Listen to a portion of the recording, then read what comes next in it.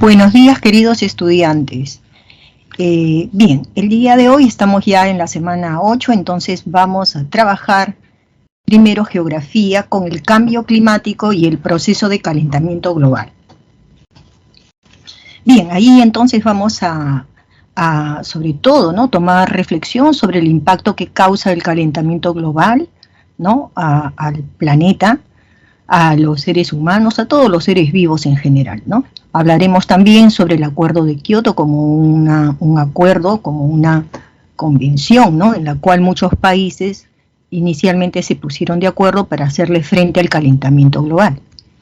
Y también hablaremos de los principales acuerdos, de algunos de los eventos que posteriores ya a Kioto se viene realizando cada año, ¿no?, para ver cuánto se avanzó con respecto a los acuerdos. Y finalmente trataremos sobre el rol que cumple el Ministerio del Ambiente en estos asuntos. Comenzaremos primero, bueno, voy a aumentar la dimensión de la pantalla. Correcto, vamos a comenzar primero por conocer qué es la atmósfera, ¿no? Así como nosotros hemos venido trabajando la parte que corresponde a la geósfera, a la parte que comprende a las masas de agua, que sería la hidrosfera, hoy día nos toca trabajar la atmósfera. ¿Qué viene a ser la atmósfera, no? Es la envoltura gaseosa que rodea a la Tierra, ¿ya? La envoltura gaseosa que envuelve a la Tierra. En otras palabras, es este conjunto de gases que por la fuerza de la gravedad son atraídas por la Tierra. Entonces, esta envoltura de gases nos permite a nosotros o a la Tierra generar, ¿no?, vida, ¿correcto? Aquí señalamos que se trata de una mezcla, ¿no?, de varios gases y también son aerosoles, ¿ya? Por si acaso, cuando nosotros hablamos de los aerosoles, porque los gases, ya saben ustedes, ¿no?, prácticamente no tienen color, no tienen sabor, ¿no? No se les puede ver a simple vista, ¿no? Son gases. En el caso de los aerosoles, corresponde, por ejemplo, a partículas. Esas partículas pueden ser partículas sólidas inclusive, ¿no?, pero son muy pequeñas, ¿ya? Son muy pequeñas. Es cuando nosotros decimos, por ejemplo, ¿no?, vamos caminando por, no sé, un suelo, digamos, árido, y de repente se levanta el polvo, ¿no? Eso que llamamos polvo. Eso podría ser parte de estos aerosoles, ¿correcto? Bien. Estamos sintiendo algunas interferencias con el audio de alguno de ustedes, los estudiantes, ¿ya? Alguno tiene prendido su micrófono. Por favor, si fuera tan amable de apagarlo, para que de esa manera sí ya no haya mayores ruidos, ¿correcto? Ok, gracias. Bien, entonces, como ven ustedes, no solamente en el aire encontramos, ¿no?, gases, sino también encontramos aerosoles. No se olviden de esto, ¿ya? ¿Qué función tiene la atmósfera? Bueno, una de las principales, ¿no es cierto?, funciones que tiene la atmósfera va a ser regular, ¿no?, la temperatura que tenemos nosotros, o sea, la humanidad, porque nosotros estamos prácticamente, ¿no?, sobre la superficie terrestre, los seres vivos estamos aquí, ¿no? Entonces, digamos, gracias a los gases, ¿no?, de nuestra atmósfera, la temperatura en el día no es extremadamente, ¿no?, alta, y en las noches no es extremadamente fría, ¿correcto? Eso lo podemos considerar ya sea, ¿no?, por los fenómenos que conocemos como el día y la noche, o por los fenómenos que conocemos como estaciones. Entonces, como ven ustedes, en general sirven para regular un poco la temperatura, o sea que del día, ¿no es cierto?, nosotros no nos trasladamos hasta, digamos, horas después, es decir, en la noche, y sentir extremadamente frío. Eso, por ejemplo, nos hace daño, ¿ya? Nos hace daño. Bien, entonces, la composición de la atmósfera. Aquí tenemos una digamos, un esquema, ¿no? En esta composición de la atmósfera está dado en tantos por cientos, así que nos vamos a ir refiriendo primero a lo que abunda, ¿no? Es decir, abunda el nitrógeno, prácticamente en un 78% y algo más, de todos los gases que envuelven a la Tierra, ¿no? En segundo lugar está el oxígeno, con un 20% y un poco más. Y en tercer lugar está otros variados gases, por ejemplo el argón, el dióxido de carbono, el monóxido de carbono, el metano, entre otros, ¿no? Bien, entonces, si vamos redondeando, entonces tenemos 78, ¿no? Más 78 más 20, ¿no? Ahí ya tenemos 98, ¿no? Y con estos restantes de porcentaje, y más esto sobre todo, los otros gases, ya tenemos, ¿no?, el 100% de los gases. Entonces, todos estos gases tienen, digamos, sus propiedades. En relación al ser humano y a los seres vivos en general, ¿no?, sabemos perfectamente que el oxígeno le va muy bien, ¿no? Nosotros sin el oxígeno o con menor cantidad de oxígeno comenzamos a tener malestares. Por ejemplo, el soroche, ¿no? Aquellos que han ido a la región andina, pisos altitudinales bastante altos, comienzan a sentir mareos, ¿no? Incluso ganas de vomitar, ¿no? Entonces les falta el oxígeno, ¿no? Cuando, por ejemplo, vamos de los pisos bajos, digamos, y vivimos muy en la costa, ¿no es cierto?, en pisos bajos y nos vamos hasta 4.000 metros, vamos a padecer de ese mal de altura, así se le va a llamar, ¿sí? Ven, como se dan cuenta ustedes, para los seres vivos nos afecta, digamos, la mayor o menor cantidad de oxígenos que tenga la atmósfera, ¿sí? Bueno, vamos viendo entonces, ¿cómo es que se habla de gases termorreguladores? Especialmente de todos los gases, son dos gases los que sirven, ¿ya?, como termorreguladores, los más importantes, pero como les digo hay más, ¿no? Hay entre los otros, aquí cuando decimos otros, también hay aquellos que, ¿no?, digamos, también regulan la temperatura. Entonces nosotros tenemos el vapor de agua. En la atmósfera ese vapor de agua le decimos nosotros humedad, ¿no? El vapor de agua es la humedad en el aire, ¿no? Partículas muy pequeñitas, pero muy pequeñitas de agua, ¿no? Nosotros le llamamos garúa a eso, ¿no? O simplemente neblina, ¿no? Y el otro gas se llama dióxido de carbono. Es otro gas, ¿no?, del dióxido de carbono. Entonces, estos dos son los que retienen más calor. Quiero hacerles una advertencia, ¿ya? Miren, el vapor de agua existe de forma natural y también existe vapor de agua cuando el hombre realiza ciertas actividades. Por ejemplo, para tomar nosotros, ¿no?, estas cajas, ¿no?, donde se concentra leche, ustedes saben, la leche evaporada, ¿no?, pasteurizada, qué sé yo, ¿no?, tienen que pasar por procesos de hervido, ¿no?, el hervido de la leche o el hervido del agua que también le agregan, ¿no? Entonces, para eso tienen grandes máquinas, que se les llama calderas. Entonces, cada que estas fábricas, ¿no?, tienen que, digamos, cocer algo, entonces van a arrojar de todas maneras vapor de agua. Ese vapor de agua, como ha salido a partir de una máquina y de una acción humana, se le va a llamar, ¿no?, ya en ese momento le llamaríamos vapor de agua antropogénico, porque es producido por la actividad humana. Igualmente pasa con el dióxido de carbono. Vamos a encontrar de dos tipos. El dióxido de carbono natural es el que arrojan, por ejemplo, ¿no?, una parte lo arroja los volcanes. Cuando hay erupción, arroja muchos gases, pero entre esos gases arroja dióxido de carbono. Entonces es natural. La Tierra misma produce dióxido de carbono. ¿Se dan cuenta? Bien, pero ahora en el tema del cambio climático, nosotros no vamos a pensar en lo natural, vamos a pensar en lo que viene de las acciones humanas, ¿me entienden? Entonces, históricamente, nuestro planeta, la Tierra, se ha ido formando, ¿no? Así como se formaba la parte sólida, la parte líquida, también se va a formar esta parte que es la de los gases, ¿no? La atmósfera, ¿correcto? Bien. ¿Cómo los gases termorreguladores, digamos, pueden, ¿no? Justamente controlar, ¿no?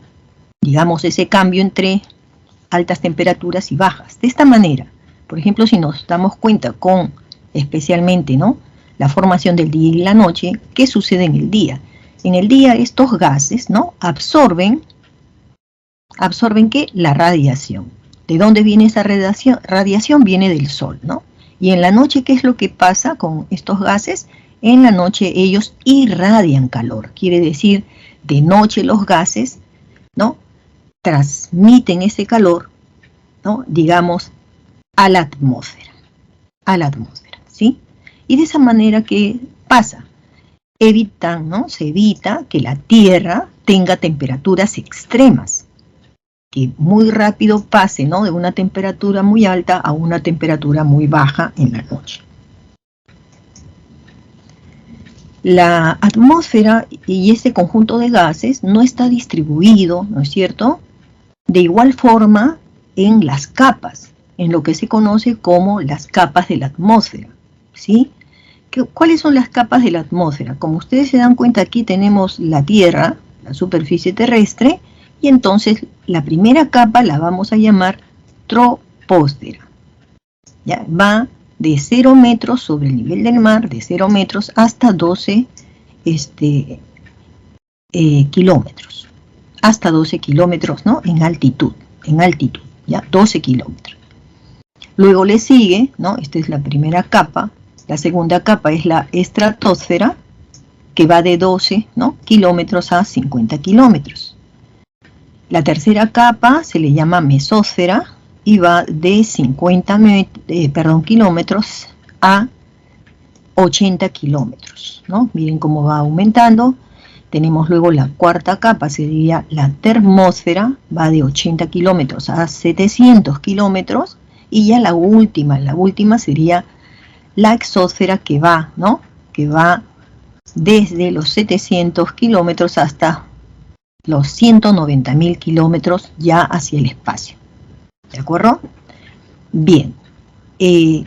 Cuando nosotros la semana pasada hablábamos del clima y del tiempo atmosférico, clima atmosférico y tiempo atmosférico, ¿a qué capa nos referíamos? ¿Dónde es que acontecen los fenómenos meteorológicos, como la formación de nubes, la formación del arco iris, la formación de lluvias, precipitaciones sólidas, ¿no? ¿Qué más?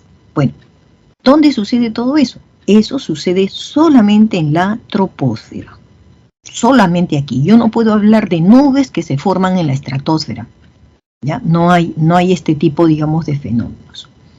Entonces, la troposfera, ¿por qué tiene estos fenómenos meteorológicos que nos afectan a nosotros en nuestra vida, ¿no es cierto?, favoreciendo o poniéndonos en amenazas, ¿no? Eso sucede porque, como existe, ¿no?, hemos dicho, la fuerza de la gravedad, que está parte del centro de la Tierra, la fuerza de la gravedad, esta atrae todo lo que tiene la superficie, ¿no?, terrestre, pero también lo que está en suspensión, quiere decir, atrae también a los gases. Y si la fuerza viene entonces, ¿no?, así, atrayendo a todos los gases, ¿no?, hasta donde existan, entonces, ¿qué quiere decir? Que la mayor concentración de gases está justamente en la troposfera. ¿Cómo será la concentración? ¿Cómo será la alta densidad de gases que hay en la troposfera? Que comienzan entonces, ¿no?, a generar movimientos, ¿no? Altas temperaturas, bajas temperaturas, alta presión, baja presión, vientos, de ascenso, descenso. Es un alboroto, es todo un caos, ¿no?, en el cual los gases se están movilizando, ¿ya? ¿Por qué sucede eso? Ya saben, ¿no? Es porque tiene una mayor cantidad de gases, la troposfera, ¿sí? Ahí inclusive este es el lugar, esta troposfera es, ¿no?, el ámbito en el cual se movilizan los aviones, ¿no? Nuestros aviones, ¿no?, que van para llevar personas, ¿no es cierto?, de un lugar a otro, se movilizan dentro de lo que es la troposfera, ¿sí? Bueno, después está la estratosfera. La estratosfera es importante también para nosotros. Ahora, los gases aquí están enrarecidos. Enrarecido, ¿qué significa? Que ya tiene menor densidad de gases. Menor densidad de gases, ¿ok? Enrarecido. Y tiene algo importante, porque vamos a observar que en la estratosfera existe una capa de abundante gas. ¿De qué gas? Del ozono. Eso es importante, ¿ya? Entonces, por alguna razón, ¿no?, en la estratosfera, el ozono como que se concentra, ¿ya? Como si fuese una capa intermedia, ¿no? Entonces, esta capa de ozono, no se olviden, está en la estratosfera. Y va a ser muy importante para nosotros porque este es gas que se llama ozono, ¿no?, estratosférico, porque en la troposfera también hay ozono, ¿ya? Pero estamos hablando de la capa de ozono, esa no está en la troposfera, sino está en la estratosfera, ¿ya? Existe allí. Entonces, nos ayuda a que la cantidad de radiación que viene del Sol sea absorbida por el ozono. Y de esa manera, la radiación solar que llega ya hacia nosotros, ya llega, ¿no?, disminuida, minimizada. Entonces ya no nos hace tanto daño, ¿correcto? Eso es la estratosfera. En la mesósfera, ¿no?, ya, si es ya enrarecido los aires en la estratosfera, ya imagínense en la mesósfera, es mucho menos, ¿no? Casi nada, mejor dicho, ¿ya? Casi nada de gases. Y peor aún en la termósfera y más aún en la exósfera, ¿sí? Ya aquí no tenemos oxígeno, hay que llevar sus balones de oxígeno para respirar allá arriba, ¿ok? No voy a detallar más lo que tienen las otras capas, ¿sí? Porque saben que estamos haciendo geografía, entonces lo que le interesa a la geografía es lo que pase en la troposfera, fundamentalmente, aquí, ¿ya? Aquí.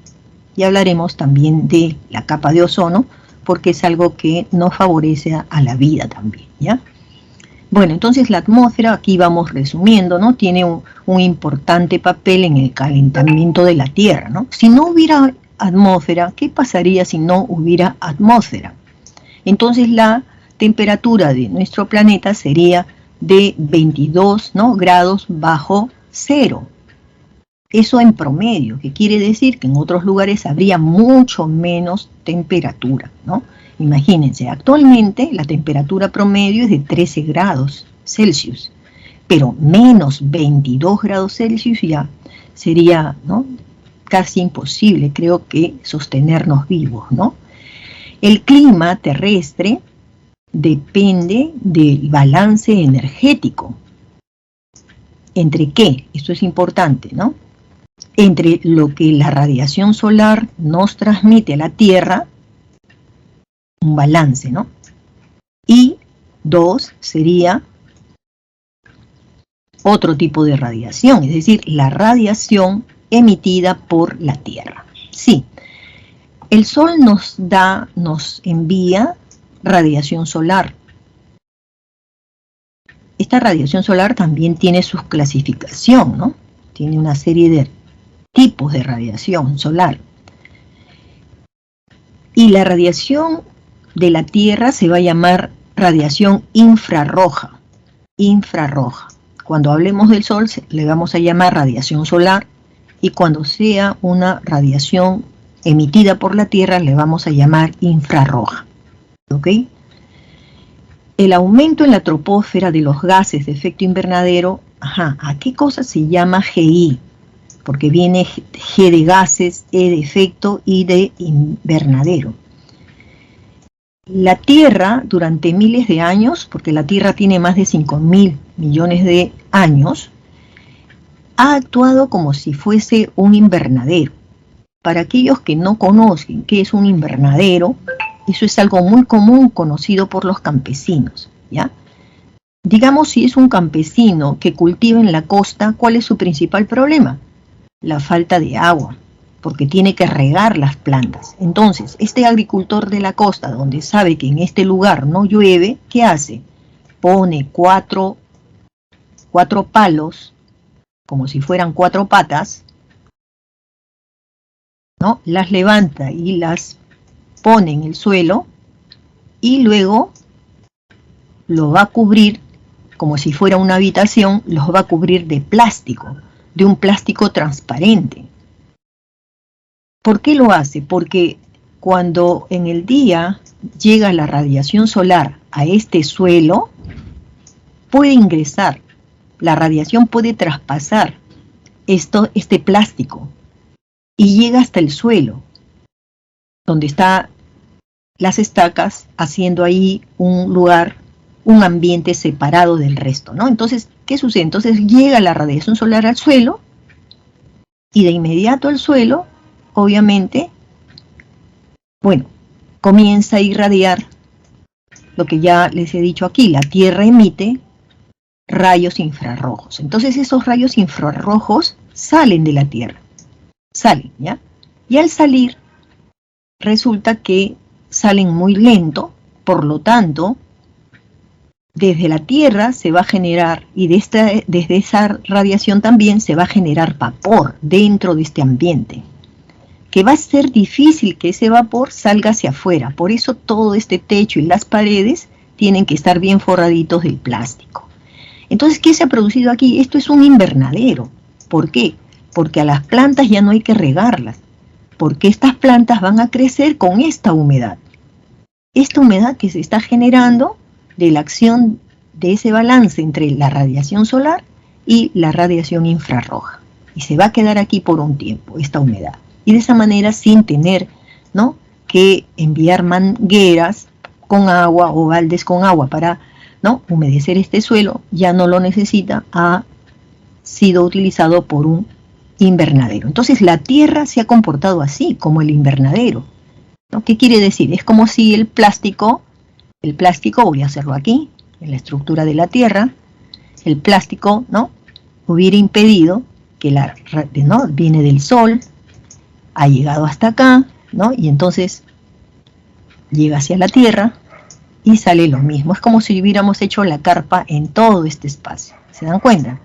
Entonces acá dice, el aumento en la troposfera de gases de efecto invernadero, ¿no?, han incrementado su capacidad para absorber las ondas infrarrojas, generando en este caso la elevación de la temperatura. Es decir, el aumento, ¿qué cosa tiene aquí la culpa del calentamiento global? ¿No? Que el hombre con sus actividades ha ido generando, así como el Sol nos ha transmitido la radiación solar, ¿no?, y la formación de gases, pues también las actividades humanas, con los calderos donde se hierve la carne para tener nosotros la jamonada, ¿no?, el pavo, ¿no es cierto?, en el horno, ¿no? Miren cuántos pavos se van a hornear, ¿no? Por lo tanto, y se hornean, al hornear en los hornos también, ¿no?, obviamente van a emitir vapor. Esas cocinas, ¿cómo estarán, no? Los restaurantes, cuando, ¿no? Bueno, todo eso contribuye, ¿ya? Entonces, ya para pasar la diapositiva e ir un poquito más rápido, no se olviden que también la baja atmósfera, ¿a quién se le va a decir baja atmósfera? La baja atmósfera quiere decir la atmósfera que está bien, bien pegadita a la superficie de la Tierra, a esto, ¿ya? A la troposfera, entonces se le llama baja atmósfera. Y a todo lo demás se le va a decir alta atmósfera. ¿Correcto? ¿Dónde ocurren los fenómenos meteorológicos? Solamente en la troposfera. Solamente ahí. Cambio climático, ¿no? Porque es el tema principalmente que nos ha tocado ahora, ¿no? Bueno, ¿a qué se llama cambio climático? Acá se señala que viene a ser la alteración del clima atribuido, ¿qué quiere decir? ¿No? ¿Por culpa de quién? ¿No? ¿Por culpa de qué? De la acción del hombre. ¿correcto? La acción del hombre, ¿a qué se está refiriendo con la acción? Todo tipo de trabajo que hace el hombre, ¿no? Y donde esa acción, esa actividad genera a la troposfera, ¿no? Genera, puede ser gases, son gases los que va a generar, ¿no? Entonces genera vapor de agua, como los calderos, por ejemplo, ¿no? Puede ser que sobre el petróleo, quema petróleo. Quemar petróleo, ese quemar, entre comillas, significa utilizar el petróleo. Digamos, los autos, los ómnibus, los aviones que utilizan, ¿no? Derivados del petróleo, ¿sí? Están también contribuyendo con generar más dióxido de carbono. ¿Me entienden? Entonces, son acciones donde el hombre está utilizando de repente, ¿no? Un combustible fósil, gas natural, ¿no? O simplemente calderas, ¿no? Máquinas, entonces están, ¿no? Produciendo mayor cantidad de gases. Ya eso no es natural. Y eso hace que se altere la composición, ¿no? De la atmósfera a nivel del mundo. ¿Cuáles son las causas entonces del cambio climático, ¿no? Siempre pensando en la acción del hombre, ¿no? Por ejemplo, está interviniendo y está alterando, hemos dicho, el efecto invernadero, ¿no? ¿Cómo le vamos a llamar a este? Porque es del hombre, le vamos a llamar antropogénico. Y aquí tienen ustedes en la foto, ¿no? Que habla mucho la foto, ¿no? Son las industrias. Los países más desarrollados, son los que tienen este tipo, digamos, de calderas, ¿ya?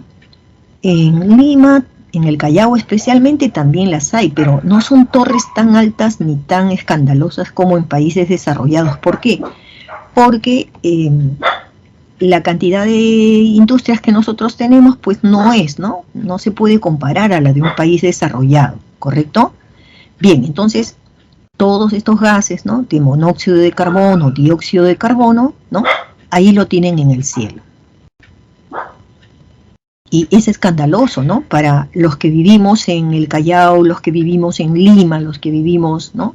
Cerca de las industrias, perfectamente sabemos que como los suelos son áridos y como hay este humo que viene, ¿no? Digamos, de la quema de combustible, a nosotros un polo no nos dura limpio todo el día. ¿No? Ustedes han visto cómo aparecen los cuellos de los polos, sucios. En cambio es increíble, cuando uno va con esos mismos polos blancos a la región andina, uno mantiene el polo más limpiecito de lo que podemos mantenerlos nosotros aquí. ¿Y eso por qué?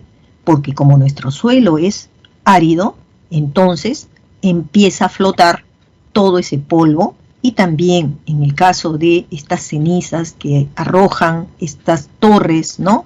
Donde están quemando petróleo o derivados del petróleo, también están en suspensión. Y no solamente es gas, sino también partículas. Es por eso que nuestras camisas, nuestros polos se ensucian rápidamente, ¿ya? Otra de las causas es la deforestación. Entonces, hablamos de deforestación y eso vamos a tener un tema más adelante en la cual lo vamos a ampliar, pero la definición es importante, ¿no? Deforestar es quitar árboles, como en la foto, de un sitio en especial. ¿Qué sitio tiene que ser eso? La selva, donde hay bosques. Yo estoy viendo aquí bosque, y estoy viendo aquí el tronco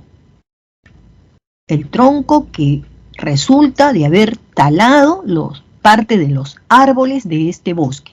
Así se llama deforestación, ¿correcto? Esa es otra de las causas. ¿Por qué? Porque cuando la radiación solar llegue hacia la superficie, o sea, si llega a las plantas, ya saben ustedes lo que pasa, yo ya lo expliqué la semana anterior, ¿no? Cuando la radiación solar llega hacia las plantas absorben esa radiación y por la noche irradian calor,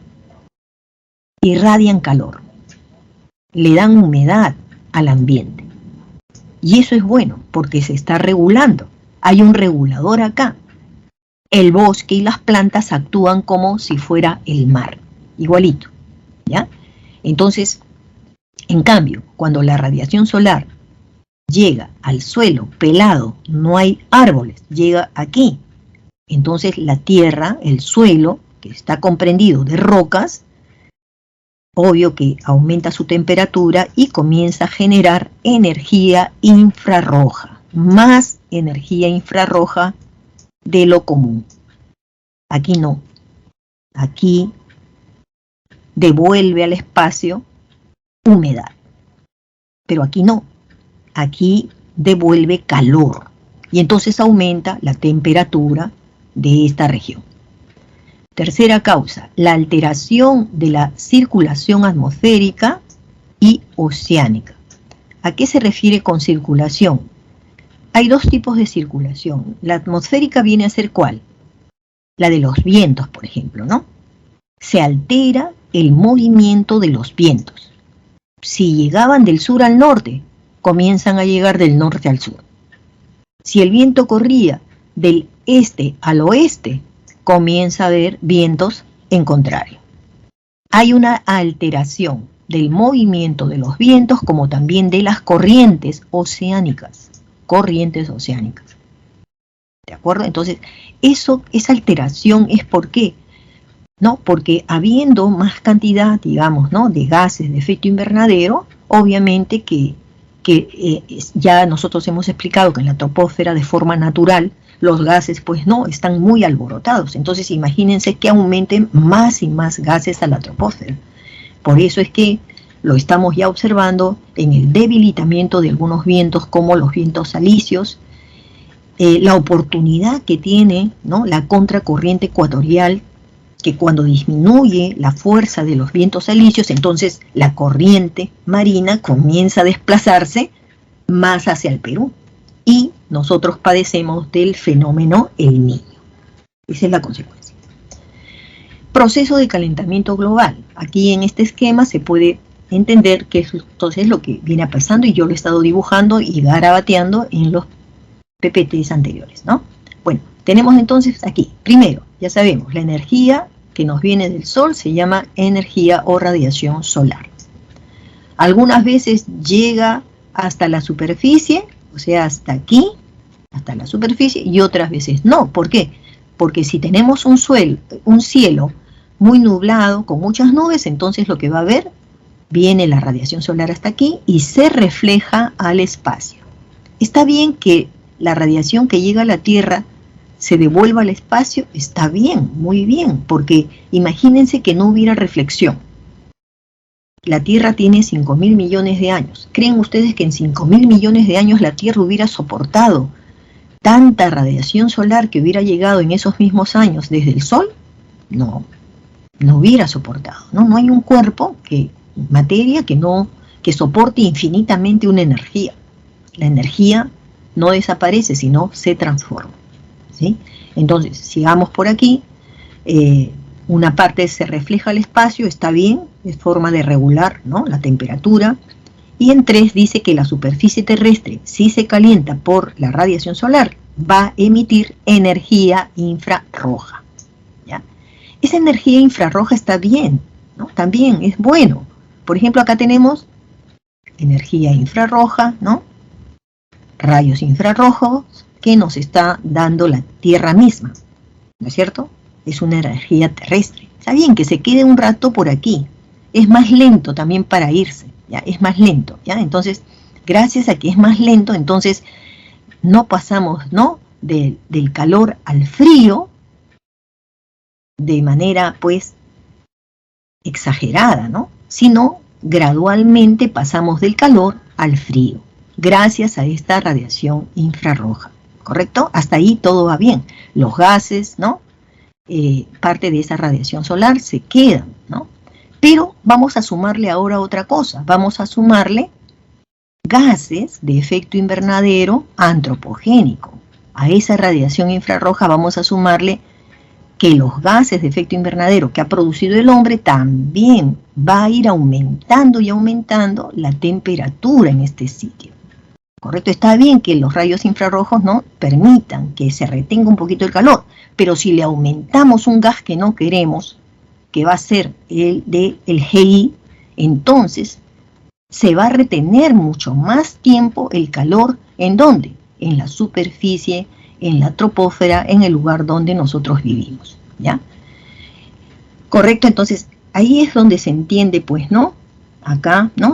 El efecto invernadero se produce cuando determinados gases, como el dióxido de carbono o el metano, retienen una parte de la energía, ¿no?, que emite la Tierra. Gases de efecto invernadero, ¿no? Son 6 gases, ¿no? Aquí hemos aumentado, me parece, algunos. Primero tenemos el dióxido de carbono, ¿no? ¿Cómo se produce, no? ¿Cómo se produce eso? Se produce, ¿no?, cada vez que se quema combustible, ¿no? Ahí tienen ustedes las chimeneas de un lugar altamente industrializado, ¿no? Y esos combustibles vienen, pues, de restos fósiles, ¿no? Y el dióxido de carbono, que viene hecho por el hombre, es el principal responsable del aumento de los gases de efecto invernadero. Es el principal responsable como GI, pero como gas natural que retiene, ¿no es cierto?, bastante el calor. ¿Saben qué cosa es? Es la humedad, es el vapor de agua, que se desprende ¿de dónde? De la superficie de los mares, de los lagos, de las lagunas, de los glaciares. ¿Se dan cuenta? Eso es natural y eso es lo que más absorbe el calor. Pero no le vamos a echar la culpa, pues, al vapor de agua natural, porque eso ha existido 5.000 millones de años. Igual vida tiene que bueno, digo vida entre comillas, ¿no? Igual, digamos, presencia que la Tierra, ¿no?, que la geósfera tiene el vapor de agua. Entonces, esa no tiene la culpa. Eso ha sido natural y ha funcionado todos estos años así, naturalmente. Aquí a quien le estamos echando gran parte de lo que nos está pasando es al dióxido de carbono, ¿ya? El metano viene acompañado del gas natural, y el gas natural viene acompañado ¿de qué? De las fuentes de petróleo. Todo está relacionado, ¿no? ¿Cómo se produce este metano? Bueno, al descomponerse el metano, ¿no?, ya que viene de materia orgánica, o al quemarse el metano, ¿no?, entonces va a producir metano. Está tan cerca el metano de nosotros que les voy a decir, en nuestras bolsas de basura que sacamos a diario, seguramente hay materia ahí, ¿no? Hay materia orgánica que hemos desechado y lo hemos puesto ahí en esas bolsas. Ahora está en el verano le va a dar a esas bolsas, ¿no?, las va a calentar. Entonces, este metano, ¿no?, se va a producir justamente de la materia orgánica que se está descomponiendo, va a producirse, ¿no?, en esas bolsas. O sea, nosotros mismos en casa estamos produciendo metano, ¿no?, provocando que haya más metano. El óxido nitroso es un gas altamente tóxico, ¿no? ¿Y de dónde sale este óxido nitroso? No se olviden, miren, sale del nylon. Ustedes deben saber que cuando se inventa el nylon, que se hace ¿de dónde? De productos también, que vienen de estos combustibles. Viene del petróleo, de estos, ¿no? Entonces esto abarató mucho las prendas de vestir. Es lo que nosotros llamamos comúnmente, ¿no?, la tela stretch, decían antes, ¿no? La tela stretch, ¿no? Esas telas que son medias elásticas. Bueno, eso abarató mucho el costo de las prendas de vestir. Las fábricas que acostumbraban a utilizar fibras de algodón o fibras de lanas de animales, muchos quebraron. Fábricas que quebraron. ¿Por qué? Porque entró el nylon. Y miren ustedes, el nylon, al producir el nylon, se produce óxido nitroso. De tal forma que eso, y imagínense cuántos, estoy segura que todos ustedes tienen alguna prenda que tiene ese nylon. Vean la etiqueta de las prendas que están usando, ¿ya? Otra forma de cómo se produce el óxido nitroso es cuando hay malas prácticas agrícolas, ¿no? Cuando esta gente, por ejemplo, ¿no?, está ahí, vemos que está quemando, ¿no? Está quemando estas plantas que están secas. ¿Y por qué las quemas? Porque quiere un suelo limpio de estas plantas, porque quiere volver a sembrar, ¿ya? Entonces es una quema de biomasa, o también para poderla quemar utilizan combustibles o fertilizantes, ¿no?, que es la forma como si no se gradúa el fertilizante también daña, digamos, a la tierra. Los gases fluorados son varios, vamos a ponerlos aquí. Principalmente, ¿no? Son de origen industrial, ¿no? Hay de varios tipos, ¿ya? Por ejemplo, el hidrofluorocarbono. ¿Dónde lo vamos a encontrar? Lo vamos a encontrar en los gases refrigerantes o en los acondicionadores de aire, ¿no? Ya sea porque uno quiere refrigerar algo o porque otro quiere más bien que haya, donde hay mucho calor, quiere que haya más frío, ¿sí? Bueno, allí se utilizan los instrumentos, ¿no?, que se utilizan para generar esto, contienen el hidrofluorocarbono. También, aunque ustedes no lo crean, está en nuestras casas. ¿En dónde? En los detergentes, porque son disolventes, ¿no?, para poder limpiar la casa. Miren cuánta variedad de productos hoy día las tiendas nos venden, ¿no? Una gran variedad, y esos cuentan algunos de ellos con el hidrofluorocarbono. El perfluorocarbono, ¿dónde lo vamos a encontrar? También están en las casas, en la fabricación de semiconductores. Bueno, está hablando de las fábricas, ¿no? En los otra vez, en los disolventes de limpieza. Y aquí hay otro. Dormimos con el perfluorocarbono. ¿Por qué? ¿Dónde están? En la fabricación, cuando se fabrica espumas. Las espumas son esas esponjas, ¿no?, que rellenan el colchón.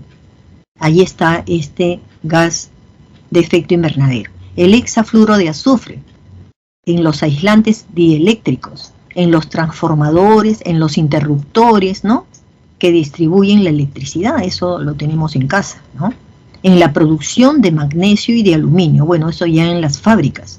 ¿Cuánto actualmente se produce, no? Sobre todo lo que está vinculado, más vinculado a nosotros, el aluminio, las ventanas, las puertas que se hacen de aluminio hoy en día, ¿no? El trifluoronitrógeno lo tenemos en las pantallas planas de cristal líquido, que son estos modernos televisores que tenemos, los de pantalla plana. Es decir, hasta dormimos con eso. También en los semiconductores y otra vez en la limpieza térmica, ¿no?, cuando se hace limpiezas térmicas. Bueno, como ven, todo vinculado al desarrollo de la industria, pero yo voy a ver un poco más allá, ¿no? Ese poco más allá que yo veo es lo siguiente, ¿no? Si está en los disolventes, si está en las espumas, si está en el aluminio, ¿no?, entonces está muy cerca de las cosas comunes que hacemos nosotros en nuestras casas. Pero hay algo allí que sí es malo, cuando caemos nosotros en el consumismo. Es decir, yo con un jabón puedo lavar muy bien mi ropa, pero hay gente que para lavar bien su ropa necesita detergente que quite las manchas, detergente que actúe y no quite el color, detergente que deje la ropa blandita y no tiesa. Un poco más van a pedirnos que haya máquinas que, ¿no?, ya nos entregue la ropa planchada, ¿no? O sea, ¿cómo se llama eso? Querer vivir bien, trabajar menos, esforzarse menos, porque estas sustancias están trayéndonos ya la solución. Sin embargo, si estas hacen daño y le están haciendo daño al planeta y de paso a nosotros también, entonces tarde o temprano tenemos que, ¿no?, reflexionar y más bien lavar la ropa como antes se lavaba, ¿no?, de manera natural y sin afectar al planeta. Bueno, ya me voy. Consecuencias del cambio climático lo vamos a pasar muy rápido. ¿Por qué? Porque lo están viendo ustedes. Primero, la tropicalización de la Tierra. Allí donde había climas templados, se va a convertir en climas tropicales. Hartamente la lluvia, la humedad y se eleva la temperatura. El adelgazamiento de los casquetes polares. Miren ustedes, ya no se ve un solo bloque, ¿no?, de hielo, sino que éstas se van derritiendo. Al derretirse van aumentando, ¿no?, el nivel de las aguas de los océanos. Las olas de calor en el verano. Actualmente en Europa, como también aquí en América, los veranos cada año son más intensos, más intensos. En el caso de Europa, sobre todo, hemos visto que la gente, ¿no?, sobre todo las personas de mayor edad, ¿no?, se van para refrescarse y no estar en casa, ¿no?, se van a los parques, y se van con su sombrilla, ¿no?, o están debajo de árboles. Muy bien, perfecto, pero cuando son mayores de edad, ya está habiendo algo que se conoce como el golpe de calor. Es decir, es tanto el calor que hay que esta persona le da sueño, se queda dormida y al final nunca despierta. Se muere ahí porque le ha dado el golpe de calor. ¿Ya? De esto ya se viene hablando de hace unos 10 años atrás, ahora, ¿no?, hasta hoy, ¿no? Se le llama olas de calor, y cuando hay esas consecuencias ya tan lamentables de pérdida, ¿no?, de vida, ya se habla del golpe de calor. Luego tenemos las sequías, ¿no?, que sean más intensas en esos lugares donde había, ¿no?, mayor cantidad de desiertos, como la costa peruana. Se incrementa mucho más y uno lo ve en el suelo, cuando el suelo comienza a partirse, como lo que tienen ustedes aquí en la foto. El derretimiento de los nevados y de los glaciares. Efectivamente, miren, todos los espacios que antes estuvieron cubiertos de hielo ya no están. Ese hielo se ha convertido en agua y esa agua ha llenado estos lagos. Estos son en lugares muy altos, ¿no? Pero imagínense ustedes si en el camino, o sea, muy cerca de los glaciares, vamos a suponer, hubieran habido casas. Entonces, cuando esta tierra se desliza con agua, se le llama alud, aluvión. Tenemos también la emigración de la fauna. Osos polares. No es común que estén en la ciudad. Miren ustedes, está en busca de alimentos, porque ya no puede, ¿no?, cazar los alimentos que tenía con los casquetes polares, ¿no? No, ya no las tiene, así que tiene que, para salvar su vida, busca en cualquier otro lugar. Los incendios forestales aumentan, han aumentado especialmente, hay incendios, ¿no?, de dos tipos, provocados por el hombre, pero también hay incendios naturales, ¿no? Así que en este caso ambas cosas se van a presentar, ¿no?, las naturales como también las hechas por el ser humano, ¿ya? Adelgazamiento de la capa de ozono, eso lo vamos a ver ahora. Hay una mayor desertificación, se ve obviamente, ¿no?, las dunas, los árboles muy muy secos, solo ciertos árboles van a permanecer, ¿no? Actualmente en Perú permanece el algarrobo. Menor rendimiento agrícola, miren ustedes, ¿no?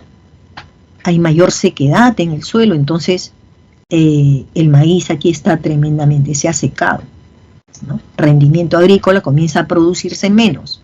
La elevación del nivel de los océanos, también, ¿no?, el derretimiento o la deglaciación, ¿no?, de los casquetes polares y de los glaciares, hace que se eleve el nivel de los océanos, porque finalmente estos glaciares y estos casquetes, ¿no?, se han convertido en agua y se han ido, ¿no?, hacia los océanos. Luego tenemos también mayor cantidad de precipitaciones. Lloverá donde antes no llovía. Bien, entonces, frente a todo esto, ¿no?, que es problemático y que es urgente, a partir de la comunidad científica, se fue publicando, ¿no?, digamos, estas hipótesis, ¿no?, de que las causas que originan el aumento de la temperatura en la Tierra tenían que ver con lo que ya nosotros hemos explicado, ¿no?, es decir, variaciones en cuanto a las corrientes tanto de aire como las corrientes marinas, la deforestación por otro lado, y bueno, también la industrialización, ¿no? Entonces, esta comunidad de científicos también va a ser oída por las Naciones Unidas, y entonces en el año de 1992, ¿no? Se va a realizar, promovida por las Naciones Unidas, ¿no? Un encuentro. ¿En dónde va a ser? Va a ser en Brasil, ¿no? En la ciudad de Río de Janeiro. Fue tan importante este evento, ¿no? Que se le llamó la Cumbre de la Tierra, ¿no? Entonces, ¿para qué se hizo esta Cumbre de la Tierra? Para que estos científicos explicaran lo que estaba pasándole, ¿no? A nuestro planeta. Y entonces, al ver ellos que esto era un poquito, no un poquito, era grave, entonces ellos querían, desde ya la comunidad internacional, una respuesta, ¿no? A nivel de todo el mundo, frente a lo que estaba habiendo. Ellos lo llamaron cambio climático, ¿ya? Entonces, primero es encontrar una respuesta en el mundo, ¿no? Y segundo es plantearse objetivos, ¿no? El objetivo, por ejemplo, era, ¿no? Hacer, ¿no? Que los países que iban a involucrarse en esto conocieran la importancia de que era, ¿no? Urgente estabilizar los gases de efecto invernadero. Estabilizar, ¿qué significa? Estabilizar quiere decir que estos gases de efecto invernadero que estaban siendo producidos especialmente por, ¿no? las industrias, tenía que regularse. ¿Qué cosa significa regular? Quería, ¿no? decir que tenían que disminuir. ¿Por qué? Porque ya estas estaban afectando, ¿no es cierto?, ya sobre todo al cambio climático, ¿no? Entonces, regular para ellos quería decir que teníamos que reducir, ¿no? la producción de gases de efecto invernadero hasta un punto en el cual, ¿no? cualquier actividad humana no fuera ya peligrosa, ¿ya? para el mundo. Entonces, este tratado, ¿no? bueno, estos acuerdos se llevaron a otro, ¿no? Sobre todo en Japón. Allí se va a firmar el protocolo de Kioto en el año de, ¿no? 1997, ¿no? Pero vamos viendo aquí, ¿no? Este tratado que va a ser el Tratado de Kioto, miren, va a ser firmado por 197 estados, ¿no? que se han adherido. Al comienzo hay estados muy desarrollados que no quisieron firmar. Por ejemplo, no quiso firmar, ¿no? Estados Unidos. Hasta el día de hoy, tampoco, ¿no? En ese momento también, ¿no? Rusia tampoco, ¿no? quería firmarlo. Es decir, los países más desarrollados no lo querían firmar. Y entonces, cuando nosotros hablemos de esos estados o países, ¿no? que están a favor de que hagamos algo y han firmado, ¿no? y otros que no han firmado, son países poderosos pero no han firmado, sin embargo participan de estos eventos, ¿ya? Entonces, a ellos les vamos a llamar partes. Cuando vean ustedes en la lectura estado, quiere decir que ese estado parte, o se puede decir también estado. ¿Cuáles son las conferencias más importantes que se han hecho? Como les señalaba, tenemos en 1997, ¿no? en la tercera asamblea, ¿no? de las partes, que se hizo en Kioto, en Japón, ¿no? ¿Qué cosa se estableció en el protocolo de Kioto? Ahí miren ustedes lo que se va a señalar, ¿no? Se dice, primero que nada, identifican que son 6 gases de efecto invernadero los que están causando, ¿no? justamente estas alteraciones. Y este GI ya sabemos que corresponden a actividades humanas, ¿correcto? Segundo, que también es muy importante, ¿quiénes son los que tienen que reducir las emisiones de gases de efecto invernadero? ¿Qué tipo de países son los que tienen que reducir? Allí se dijo que eran los países industrializados. ¿Dónde quedaban entonces los países del tercer mundo? Los países en vías de desarrollo. ¿Dónde quedaban?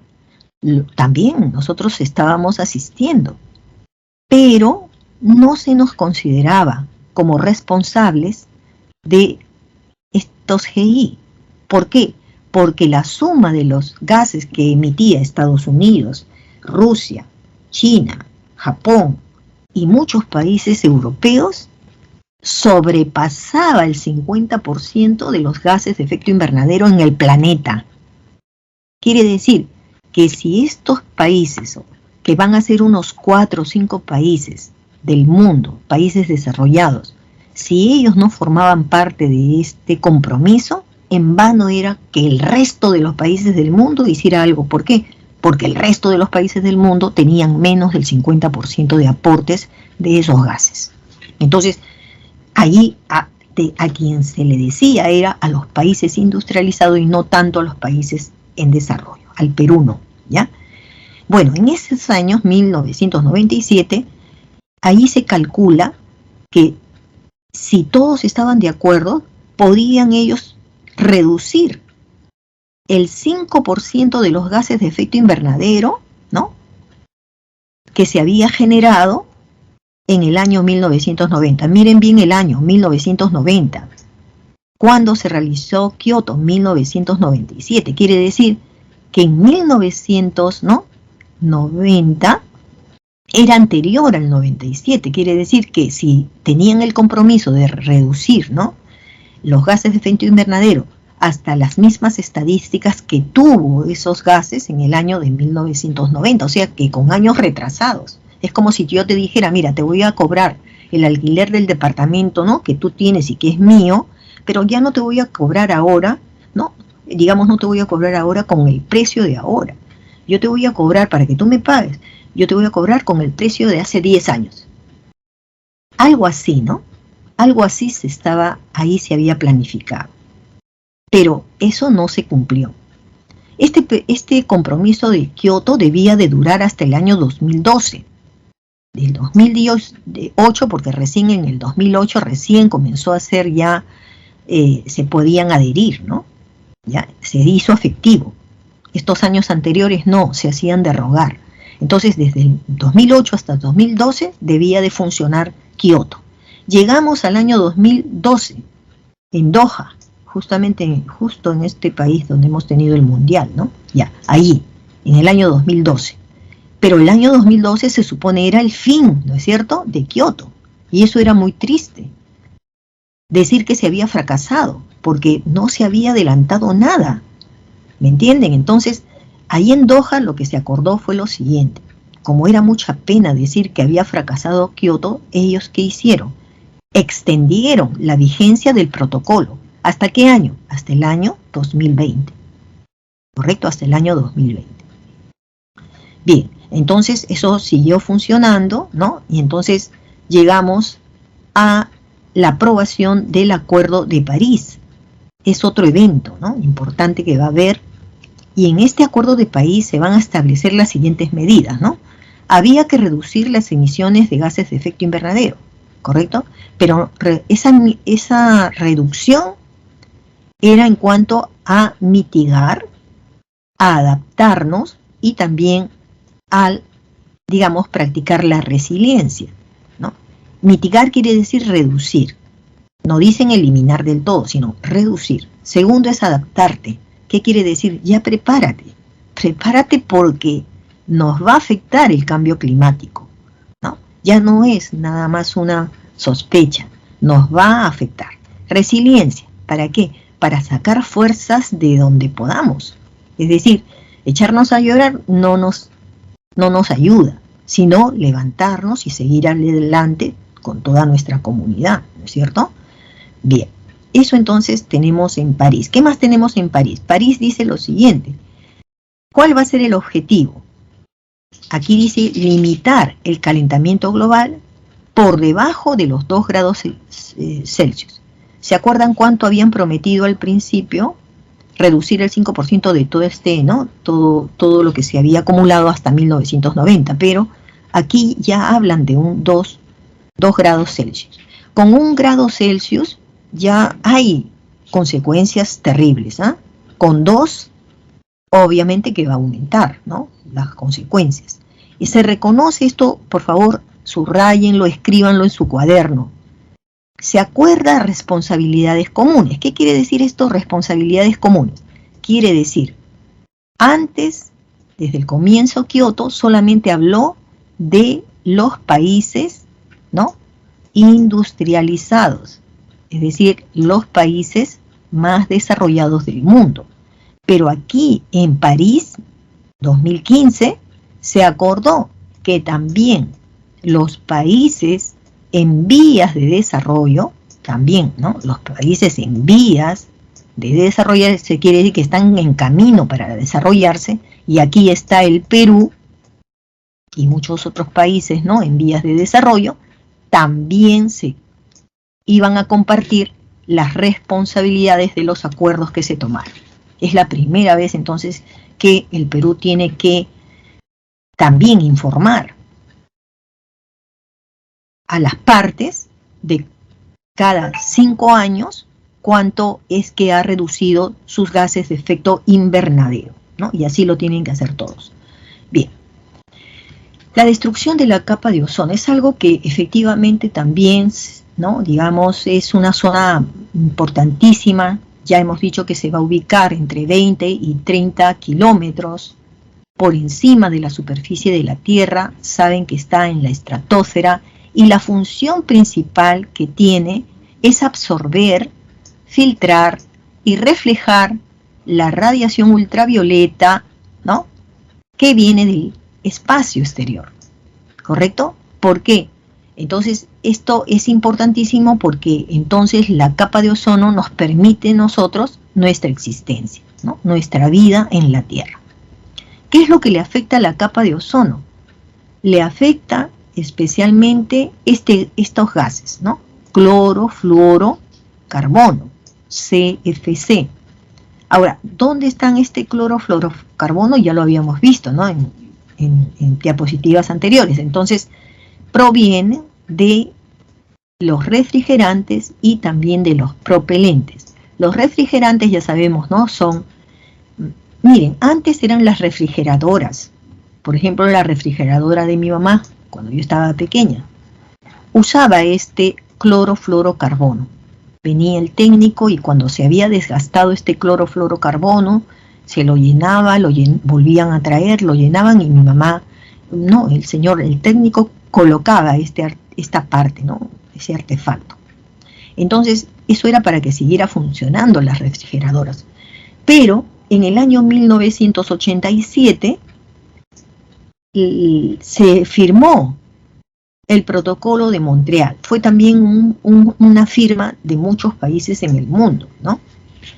Y esto se dio en Canadá. El objetivo de firmar este protocolo, ¿no?, era que se dejase de producir refrigeradoras o artefactos que usaran ese clorofluorocarbono. Entonces, sobre todo porque ya estaban en las casas, imagínense, ¿no? Entonces,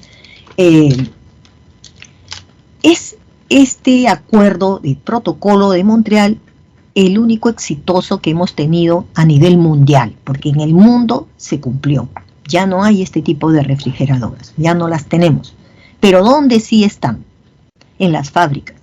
Ustedes saben, si es una fábrica que hace embutidos, ustedes entonces imagínense que tienen, ya no hablo de refrigeradoras, hablo de ambientes dentro de la estructura de la fábrica, ¿no?, de estos, digamos, alimentos, ¿no?, embutidos. Hay depósitos que tienen ya graduado ahí que se tiene que bajar la temperatura en ese ambiente, y hay máquinas que la bajan para que la carne no se te malogre. ¿Se dan cuenta? Entonces, hablamos de esas fábricas. Yo las he visto aquí en Perú. Imagínense cómo serán estas en países desarrollados, mucho más grandes, ¿no?, mucho más grandes. ¿Ya? Entonces, ahí todavía existen en las industrias. Y los propelentes son estos artefactos que hacen que gases que están en un envase salgan hacia afuera con fuerza. Por ejemplo, cuando se hacen los grafitis, ¿no? No llevan las pinturas, ¿no?, que tienen propelentes. Hacen que salga con fuerza el material o la sustancia que hay dentro. Entonces, estas van usando ese gas para poder extraer de ahí la pintura o qué sé yo, ¿no? Entonces, esto, por ejemplo, todavía sigue existiendo. Aquí tienen ustedes una imagen de qué cosa está pasando, ¿no?, con esa radiación ultravioleta. Ya sabemos que nos daña, y nos protege entonces la capa, porque la radiación que llega ya a la troposfera ya es más débil. Ya en la clase pasada decíamos que es vitamina D. Cuando nos llega a la radiación solar a nuestro cuerpo, es vitamina D prácticamente, y ahora hay que tener vitamina D en el cuerpo, ¿ya? Pero si lo tenemos en demasía, entonces eso sí que nos hace daño, ¿no? Ya hablábamos nosotros de cáncer a la piel, cataratas en los ojos, ¿no? Ceguera en los ojos, ¿no? Los labios también. Bueno, en eso hay que cuidarnos, ¿ya? Vamos a pasar entonces a la siguiente y tenemos qué hace el Ministerio del Ambiente, ¿no? Porque, como sabemos, el ambiente o medio ambiente implica, ¿no?, todo lo que nos rodea, ¿no? Todo lo que a nosotros nos rodea, las plantas, los animales, los gases, el agua, los fenómenos meteorológicos, qué sé yo, el medio ambiente cómo es, ¿ya? Ahí entra también en el medio ambiente qué tipo de fábricas tengo al costado de mi casa, ¿ya? Entonces el Ministerio del Ambiente sabemos que es parte, ¿no?, del Poder Ejecutivo, que se encarga de diseñar, establecer, ejecutar y supervisar la Política Nacional del Ambiente, cuya función es, ¿qué cosa? Promover, ¿no? Es decir, el Ministerio está para promover que se conserve, ¿no?, los recursos naturales. Cuando nosotros abogamos porque se conserve, los estamos utilizando, pero queremos que existan por siempre. Entonces estamos viendo que los recursos naturales deben ser sostenibles, ¿de acuerdo? Y deben ser las áreas también protegidas por el Estado. ¿Por qué? Porque en esas áreas naturales se conserva justamente la demostración, la prueba de que el Perú es uno de esos pocos países que tiene una gran diversidad biológica. ¿Qué organismos están adscritos al Ministerio del Ambiente? Por ejemplo, el CENAMI, el Servicio Nacional de Meteorología e Hidrología del Perú, ¿no? Ya la semana pasada hablábamos también del CENAMI, ¿no? Porque nos dan los pronósticos del tiempo atmosférico y de esa manera nosotros podemos estar prevenidos. Tenemos también el instituto, ¿no? Esto es de investigaciones que tienen que ver con la vida, ¿no? La vida animal, la vida vegetal. Hacen investigaciones permanentemente y están difundiendo justamente, ¿no?, el cuidado, ¿no?, que debemos también tener sobre algunos recursos que están en vías, ¿no?, de extinción. Tenemos el IGP, que viene a ser el Instituto Geológico del Perú, ¿no? Y nos viene también muy bien, sobre todo para la prevención y para la mitigación también de desastres. Ustedes han visto que cuando hay un movimiento sísmico, el Instituto Geológico del Perú siempre nos está señalando ahí, ¿no? Muy rápido nos viene, ¿no?, esa información, ¿no? El epicentro fue frente al Callao, ¿no?, a tantos kilómetros de distancia y a tanto de profundidad. Entonces ya esos datos ya va siendo muy conocido por la población, sobre todo los que viven al borde del mar, porque ya saben que de acuerdo a la distancia o a la profundidad tenemos que salir porque podría ser acompañado de un maremoto. Ministerio del Ambiente, organismos que están adscritos al Ministerio del Ambiente, CERNAP, que viene a ser el Servicio Nacional de Áreas Naturales Protegidas por el Estado. Vamos a tener una clase especial para ver las principales áreas naturales. Bueno, entonces ellos son los que establecen criterios, ¿no? ¿Para qué? Para gestionar las áreas naturales. ¿Cuáles son los criterios? Bueno, la población nativa puede vivir ahí, sí. Hay gente que puede cazar en ese lugar, puede ser. ¿Te puedes llevar plantas? No, no te las puedes llevar. Todos esos criterios nos los va a decir CERNAP. La OEF es el organismo de evaluación y fiscalización ambiental. Siempre tiene que haber, digamos, una oficina que controle y sancione, ¿no es cierto?, cuando se ha maltratado estos recursos naturales. Tenemos luego el SENACE, el Servicio Nacional de Certificación Ambiental para las Inversiones Sostenibles. Bueno, esto es muy importante hoy en día, ¿no? Ustedes saben que hay mucha gente interesada, empresas interesadas, nacionales y sobre todo extranjeras, que quieren, ¿no?, aprovechar de algún recurso natural. Pero para que estos sean aceptados, entonces ellos tienen que aprobar los estudios. El SENACE lo que hace es aprueba los estudios de impacto ambiental. ¿Qué quiere decir? Vas a hacer tal empresa con tal recurso, ya, muy bien. Pero dime tú, yo te pregunto, Si tú finalmente consigues que te aprobemos, ¿no?, tu proyecto, ¿qué daños secundarios podría causar tu actividad? A ver, dinos qué cosa podría causar. Entonces ellos mismos nos tienen que decir, ya, podría haber derrame de petróleo. Bueno, ¿en qué tanto por ciento? ¿Quién ha hecho ese estudio? Es decir, SENACE está siempre atento para aprobar a esa empresa. SENACE tiene que estar segura que el impacto ambiental tiene que ser lo más pequeño posible y no un monstruo, ¿no? No un monstruo de proyecto que por todas luces va a ser perjudicial para ese medio ambiente. O sea que la batuta del sí o no te doy el pase está en las manos del SENACE. ¿Qué cosa es el INAIGEM? El Instituto Nacional de Investigaciones en Glaciares y también de los ecosistemas de montaña, ¿sí? Permanentemente, miren, yo siempre he pensado en estos señores que estudian el comportamiento de los glaciares. Entonces, imaginan, son geólogos, ¿no?, que van hacia los propios glaciares con maquinarias, con instrumentos y están midiendo continuamente el deshielo, ¿no?, o cualquier anomalía que pueda haber. Ellos son los que van a señalar a las poblaciones que están muy cercanas el retiro inmediato porque hay amenazas, ¿no? Bueno, y ahora tenemos los ejercicios, ¿ya? En el caso de los ejercicios vamos viendo la primera, ¿no?, que ya ustedes conocen este tipo de ejercicios donde hay que ir relacionando. Y yo les he señalado que lo primero que hacen es más bien subrayar aquello que ya nos puede ayudar, ¿no? Entonces, por ejemplo, a la izquierda está el gas, el GI, y a la derecha está dónde están las fuentes, ¿no? Por ejemplo, una fuente son las pantallas de los televisores. En B, que dice, el excesivo, ¿no?, uso de fertilizantes artificiales, ya. El otro, la quema en grandes masas, ¿no?, de plantas o de animales. Y acá está en los sistemas de refrigeración y de aire. Ya subrayando esto, ya puedo dirigirme en B, ¿no?, y ver qué cosa le toca. Por ejemplo, el 1 sería con metano, quema de biomasa, carnes, ¿no?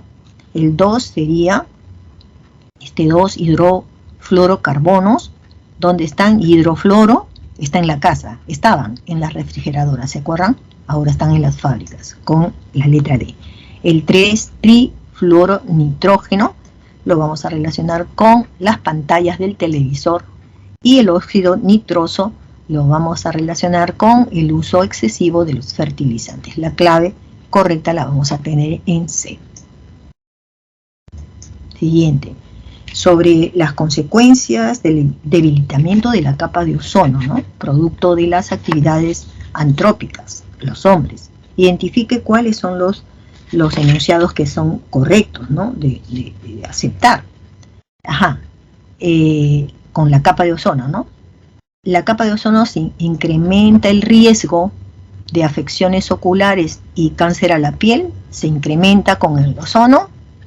Check, es que sí. La siguiente, la capa de ozono interfiere en el desarrollo agrícola, disminuyendo la producción. ¿Qué podemos nosotros decir? Que sí, porque, ¿no?, el tema de la fotosíntesis en los cultivos. 3, la capa de ozono genera el incremento global de la temperatura en la estratosfera. ¿Está bien estratosfera? No. Si hubiese dicho troposfera hubiese sido sí, pero acá está hablando de la estratosfera, no. Y cuarto en romano, ¿no?, altera los ecosistemas acuáticos con la reducción del fitoplancton, sí. Eso es verdad, ¿no? ¿Por qué es verdad? Porque ataca directamente al fitoplancton, ¿no?, y a las diversas algas, ¿no? Y ustedes saben que perfectamente eso es el inicio de la cadena trófica. Entonces nos quedamos con la clave en B. Siguiente pregunta. ¿Qué consecuencias del cambio climático, ¿no?, como consecuencia, del cambio climático, la frecuencia e intensidad de los desastres naturales vienen siendo incrementados, amenazando de esta manera directa la seguridad de ¿qué? La seguridad de la población. Ante esta problemática, ¿qué entidad adscrita al Ministerio del Ambiente contribuye en las tareas de prevención y mitigación de desastres? Previene y mitiga. Previene y mitiga, y estamos viendo, ¿no?, que son las amenazas, ¿no?, que de manera directa es afectada por la población. Bueno, vamos a señalar que es el Instituto Geofísico del Perú, ¿no?, porque a través de sus estudios, en el campo de la investigación sobre todo, va a aportarnos con información, puede ser técnica, puede ser en temas de gestión de riesgo, ¿no?, en el país. Tenemos ahora la última pregunta, a ver, ¿qué dice? El Perú suscribió el Acuerdo de París, por lo que se asume compromisos de este tratado, ¿no? Con respecto a sus acciones como Estado parte, el Perú como Estado es parte, identifique el valor de verdad o de falsedad de lo que vamos a señalar. Por ejemplo, asiste con recursos financieros e innovación. El Perú, estamos hablando del Perú. El Perú, yo por eso le agrego, el Perú asiste con recursos financieros e innovación tecnológica. Nosotros asistimos, ayudamos a los países desarrollados. No, es al contrario. Los países desarrollados ayudan a los países en vías de desarrollo, ¿no? Eso es falso. 2. Presenta sus contribuciones determinadas nacionales cada 5 años. Es verdad. Cada 5 años el Perú presenta un informe de cuánto, ¿no?, en qué porcentaje ha reducido sus gases de efecto invernadero. La tercera, realiza programas de cumplimiento voluntario por ser un país en vías de desarrollo. No estamos ahí de forma voluntaria. Ya hemos visto que en el Acuerdo de París se convirtió ya en una norma que tanto países industrializados como en vías de desarrollo, ¿no?, se comprometían, tenían responsabilidades comunes. Entonces esto es falso. La primera que hemos dicho, que es falso, ¿no? La segunda es verdad. La tercera es falsa. Vamos a ver qué dice la cuarta. El Perú desarrolla políticas de adaptación al cambio climático en función de sus capacidades. Sí, en función de sus capacidades. Se adapta, ¿no? Entonces para eso tendríamos la respuesta en A. Esas son las claves 1C, 2B, 3B y 4A.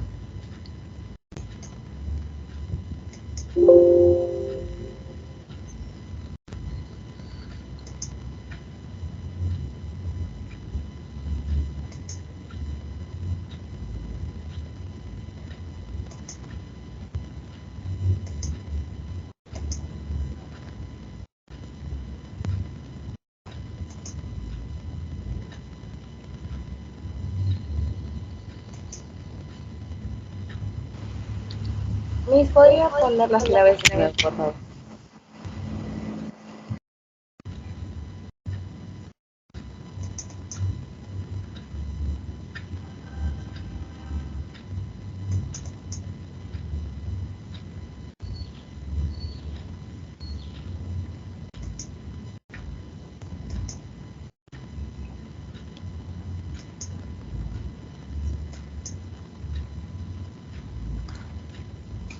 Bien, les voy a dictar las claves, me parece que no lograron captarlo, lo voy a decir aquí por el micrófono. Por favor, anote. Para los ejercicios de geografía tenemos, para la primera pregunta, la respuesta correcta es C de casa. Pregunta 2, clave B de bote. Pregunta 3, B de bote también. Pregunta 4, clave A.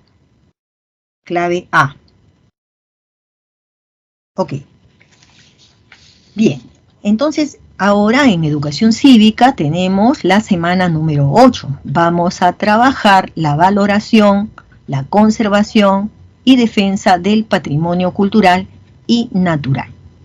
En este caso, hoy día hemos visto acerca de lo que viene a ser el cambio climático, ¿no?, y de algunas instituciones que velan porque los recursos naturales sean siempre sostenibles. Pues bien, la consecución de este tema que hemos visto en geografía se relaciona en algo a lo que en educación cívica debemos conocer, ¿no?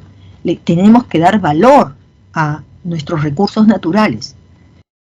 Así como le damos valor, ¿no?, a lo importante que son los recursos naturales, también le vamos a dar valor a las actividades humanas, ¿ya? Por ejemplo, la cultura que tienen nuestras poblaciones, las tradiciones que tienen, le vamos a dar también importancia. Hay que respetar ambos, el campo natural y también el campo social, ¿ya? Bien, empezamos entonces ahora con el patrimonio. Bien, ¿qué cosa significa patrimonio, ¿no? Ustedes tienen patrimonios, por ejemplo, cuando hay herencias, hay patrimonios de por medio, ¿no?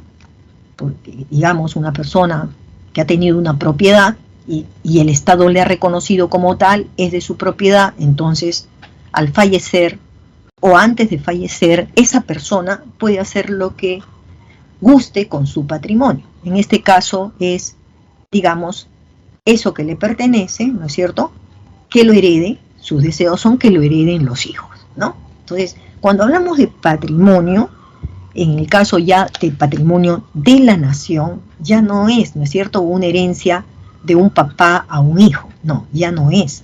Es la herencia más bien de nuestros antepasados, ¿no?, como comunidad, ¿no?, y nos han dejado, digamos, algunos bienes que no pueden estar, digamos, en propiedad privada, ¿no? No pueden ser parte de la propiedad privada, sino es como si tuviéramos nosotros haber heredado de nuestros antepasados, ¿no? En la historia hemos heredado las iglesias que han construido, ¿no?, los bailes que han inventado, que han creado sus costumbres, sus tradiciones, esos los repetimos, ¿no es cierto? Los vamos a repetir y nos sentimos siempre con un motivo de alegría, ¿no? Porque es fiesta para nosotros, es costumbre, nos sentimos identificados. Miren, ustedes no saben todo lo que encierra tener patrimonio. Ahora, en el caso nuestro, el Perú, estoy diciendo, tenemos un patrimonio nacional muy amplio y muy exquisito, pero de este patrimonio nacional que tiene Perú, se ha enterado la UNESCO. La UNESCO es un organismo de la ONU que tiene que ver con la cultura, ¿no es cierto?, la educación. Entonces, la UNESCO se enteró que Perú es uno de esos pocos países que tiene una rica diversidad, ¿no?, cultural. Entonces, desde la UNESCO ha habido un propósito de ayudar al Perú para que ese patrimonio nacional que nosotros tenemos se cuide, se conserve, que no se transforme en otra cosa. Y ustedes saben que esa ayuda no es que nos alienten solamente con la voz, la ayuda es económica. Desde la UNESCO pueden ellos reconocer ese patrimonio de la nación nuestro, ellos lo reconocen como patrimonio de la humanidad. Y entonces, al ellos considerar que eso es algo valioso, no solamente para los peruanos, sino para todos los pobladores del mundo, para que puedan apreciar eso, entonces lo declaran patrimonio de la humanidad. Y una vez que lo declaran en la UNESCO, le dan una partida económica. ¿A quién se la dan? Por ejemplo, aquí están viendo la iglesia del Cusco, ¿no? Se la dan a dar al alcalde de la ciudad del Cusco, porque la ciudad del Cusco ha sido reconocida por la UNESCO como patrimonio de la humanidad y es de tipo cultural. ¿Se dan cuenta? Entonces, la UNESCO tiene una partida de dinero, se la da, en este caso, al gobierno, ¿no es cierto?, local, al alcalde de la capital. Se la va a dar, ¿para qué? Para que mantenga el cuidado de esta plaza, de esta iglesia, ¿no? Porque el Cusco, la ciudad del Cusco es muy, muy bonita, muy bella, ¿no? Bueno, entonces así vamos a ver hoy día el patrimonio de la nación y el patrimonio también de la humanidad.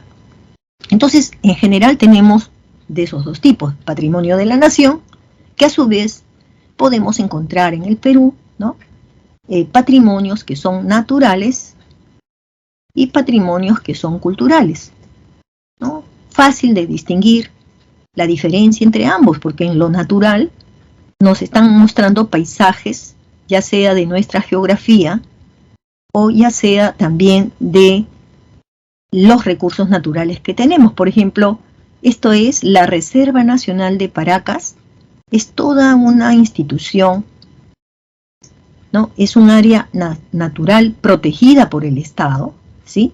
¿Y por qué se la protege? Porque miren ustedes, aquí tiene lobos marinos. No sé si alguno de ustedes ya ha ido a las Islas Ballestas, que están tan cercas, ¿no? Hay allí una excursión que se va en un yate, nos acercamos a las Islas Ballestas y ya los lobos marinos, cuando escuchan al yate, ya se acercan, ¿no? Y bueno, hay una linda experiencia porque si está calmado el mar en ese momento, pues entonces no está muy agitado, que digamos, se puede practicar el nadar, el bucear, muy cerca de los lobos marinos, ¿no? Ya en el mar, ¿no? Bien, entonces esto es natural, totalmente natural, ¿sí? En el caso del patrimonio de la nación, ¿no? Digamos, cultural, estamos observando el monasterio de Santa Catalina. Esto queda en Arequipa, ¿no? ¿Se trata de qué? Se trata de una mini ciudad. Entonces cuando se va a Arequipa, o sea, allí nomás, a una cuadra y media del centro, de la plaza de Arequipa, tenemos la entrada al convento o al monasterio de Santa Catalina. ¿Qué cosa vamos a encontrar ahí? Viene a ser el lugar donde niñas ingresaban para convertirse en monjas, ¿no? Digamos, en servirle nada más que al Señor. Entonces, ha quedado intacto ese lugar.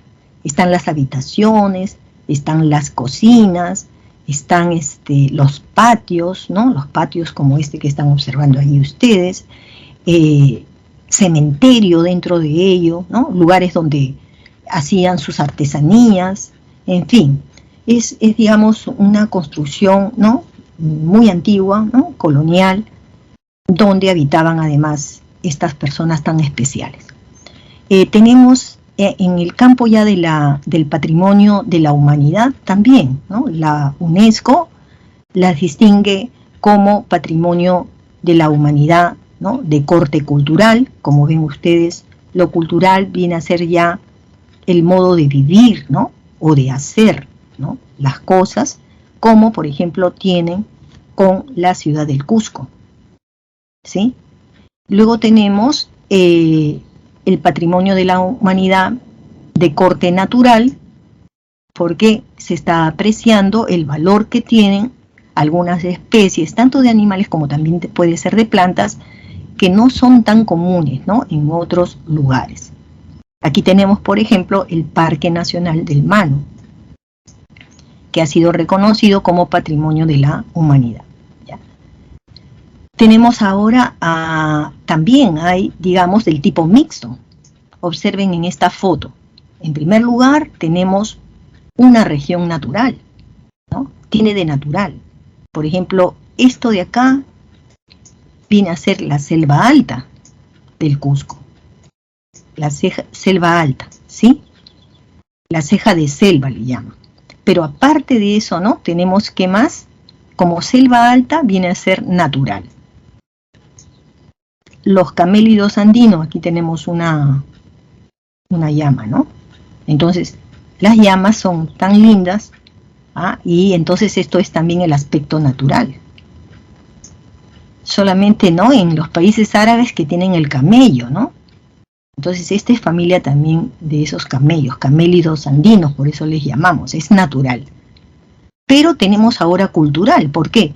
Porque ustedes ven que ahí a la parte baja, ¿no? De esta ceja de montaña, tenemos construcciones incaicas. Este lugar viene a ser el santuario histórico de Machu Picchu. ¿Ya? Entonces, esto es del tipo mixto. Ya que estamos hablando del patrimonio, ¿no? De la humanidad, quiero decirles a ustedes lo siguiente, que el hecho de que sean reconocidos por la UNESCO como patrimonio de la humanidad no quiere decir que la UNESCO se haya apropiado, ¿no? De algún lugar del patrimonio nacional. no se han apropiado de nada. Hay algunas veces lo han interpretado mal y dicen, pero ¿y por qué a nivel mundial quieren involucrarlo como que esto es del mundo entero? No, digamos, es parte del Estado peruano. Entonces, ya lo hemos explicado en las clases de cívica que el Estado peruano tiene soberanía sobre sus tierras y sobre sus recursos. Entonces, no es que esto haya pasado a ser propiedad individual de algún otro país en el extranjero. No, nada que ver. Lo único que tiene es como que nos hubieran dicho, tienen ustedes espacios naturales tan bonitos que quisiéramos que eso se conserve, porque hay muchos turistas, pues, ¿no?, que viajan y que quisieran también conocerlos, ¿no? Y para eso tenemos que cuidarlos. Eso hace hermoso el mundo, ¿no? Ya está bien si nos van a dar los recursos, ¿no? Que a veces nuestras propias autoridades muchas veces no nos la dan, entonces en buena hora, ¿ya? Pero no significa que se vayan a apropiar de nada, de eso no es. Sigamos por aquí, patrimonio de la nación. Ya hemos visto entonces la diferencia entre patrimonio de la nación y patrimonio de la humanidad. En patrimonio de la nación, bueno, estamos viendo un conjunto de bienes, pueden ser materiales, pero también pueden ser inmateriales, ¿ya? Que nuestros padres, nuestros antepasados nos han heredado a lo largo de la historia. Ya saben entonces, cuando decimos padres, aquí decimos antepasados. Entonces, en los antepasados, ¿no? ¿Quiénes están? Nuestros antepasados incas, nuestros antepasados españoles. Con los españoles llegaron también, no se olviden, los árabes. Tenemos algo de la cultura árabe, ¿no? Vinieron la gente que viene del África, la gente que viene ¿de dónde? De Italia, los alemanes que llegaron, ¿sí? Todos ellos. Esos son nuestros antepasados, ¿ya? Y lo hemos heredado a través de la historia. Y entonces nos encontramos con patrimonio cultural de este lado y patrimonio natural de este lado. Para que sea reconocido como patrimonio de la nación, tiene que haber sido registrado. Se registra. El Estado peruano aplica una ley y le da un número, ¿no?, de patrimonio a cada espacio, ¿no?, o recurso que se haya seleccionado. Es debatido, se aprueba y entonces vamos a tener. Entonces tenemos, miren, desde patrimonio de la nación puede ser construcciones de habitaciones, ¿no? Por ejemplo, esta de aquí, pueden ser arquitecturas, ¿no?, reconocidas como del pasado, ¿no? Aquí, por ejemplo, tenemos las manos, ¿no?, de Cotox, ¿no?, las manos cruzadas de Cotox. Tenemos aquí, con referencia a las culturas preincas, ¿no?, tenemos estas imágenes de los geoglifos de Nazca, ¿no? Y esto es un lugar muy visitado. Aparte de que tenerlos conservados hace que el turista se maraville, ¿no?, digamos, con esto. Y aquí tenemos también, ¿no?, digamos, un patrimonio cultural, porque está referido a la arquitectura colonial, a la arquitectura también preinca, ¿no? Y aquí también tenemos otras. Por ejemplo, las procesiones son parte, ¿no?, de las costumbres que nos dejaron, ¿no?, los españoles. Las procesiones a las vírgenes, ¿no?, al Señor también, ¿no?, todo ello. Por ejemplo, esto puede ser, como es una tradición, podría ser desde ese lado, ¿no? El fervor de la gente en las procesiones es algo que se repite desde hace muchos años, una tradición. Podría ser entonces patrimonio cultural, ¿no?, inmaterial. Inmaterial, ¿ya? ¿Por qué me estoy refiriendo a las costumbres? Si me refiero a la forma como se construyó esta iglesia, ya no es, ¿no?, inmaterial, ya es material. Si me refiero a de qué materiales se hizo esta estatua de la Virgen, es material. Pero si me refiero a la costumbre de orar y lo repites eso todos los años y vas tras la Virgen, ya, eso es inmaterial. Patrimonio natural. Miren, aquí tenemos como una especie de cataratas. Muchas de estas las hay en la selva alta. Son muy bonitas. Tenemos aquí, cerca de los glaciares, encontramos también una gran variedad, ¿no es cierto?, de lagos y lagunas. Tenemos por las especies únicas que a veces se ven en el mundo, ¿no? Tenemos el delfín de color rosado. Y aparte de eso es del río, también, ¿no? Patrimonio natural. Tenemos patrimonio natural, no solamente es Paracas, ¿no?, por la geografía, ¿no?, que tiene, la erosión marina, todas las formaciones que nos ha dejado en la costa, y también por este paisaje maravilloso de ver, ¿no?, en el desierto al cóndor. Sí, el cóndor es un ave muy grande en el Perú, pero básicamente su hábitat está en las alturas. Sin embargo, cuando le falta alimento, también se le ha visto en la costa, y justamente aquí, frente a lo que es Pisco, lo que es Paracas. Patrimonio, les hablaba hace un momento de una ley. Esa ley es esta, la 28296. Entonces ahí se nos dice que toda manifestación hecha por el hombre, ya sea material o ya sea inmaterial, ¿no?, y además de eso tienen un valor, es decir, suman a ese objeto material o inmaterial, le suma valor, ¿no?, y significado. Ahora uno diría, ¿por qué tiene tanto valor? Por ejemplo, estoy viendo acá, ¿no?, el santuario, ¿no?, de Machu Picchu, un sitio arqueológico hermoso, muy, muy bonito, ¿no?, maravilloso. ¿Quién no ha visto el Cusco? La primera mirada que lo ve, ya no por foto, sino lo ve en persona, uno se emociona demasiado. He visto gente llorar allí, yo misma he llorado la primera vez, pero gente que no entiende muy bien esto, pero se ha quedado maravillada, ¿no? Entonces, tiene que ser declarado, no es porque me guste, ¿no?, porque es bonito, no. Declarado quiere decir que tiene que estar inscrito y la ley va a señalarlo, dónde hay que inscribirlo, ¿ya? Digamos que yo me encuentro con una pieza muy antigua en mi casa, en una excavación que yo hago, ¿no?, encuentro una pieza que no sé si es colonial, si es de hace siglos o si es algo reciente.